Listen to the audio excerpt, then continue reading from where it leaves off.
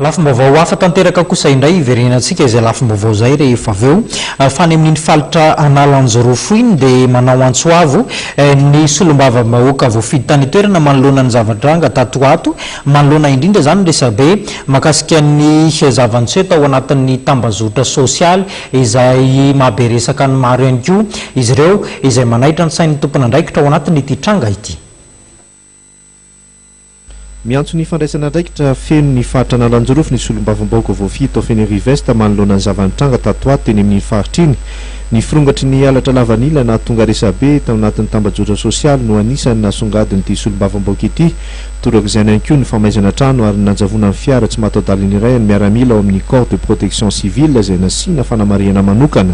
Ny adidiny eo anatin'izany zany manaitra sy manentana ny mponina rehetra mba tsy ioty an'le lavanila alohan'ny fotoana fiotazana satria ny kalitao nitadiavintsika amerenany indray ny tsena izay nampalazan'i Madagasikara voalohany amin'ny famokarana lavanila. Zay zany ny zavatra misy amin'izao ka tokony andray andraikitra daholo ny olona rehetra ary reto ny tenako dia manentana mba mangataka amin'ireny olona voatondrotondro hoe mpiretsi-kombakomba reny zany mba hijanona tanteraka amin'izay resaka halatra lavanila zay fa sarobidy amintsika zany ny iverenany vidina lavanila ohatran'ny taloha. Marina fa anisan'ny faritra mamokatra vosarobidy ny faritra Analanjirofo ankoatra lavanila dia mamokatra jorofo ihany koa ity faritra ity saingy mbola sahirana eo amin'ny fanatsarana ny fototra avitrasa lehibe.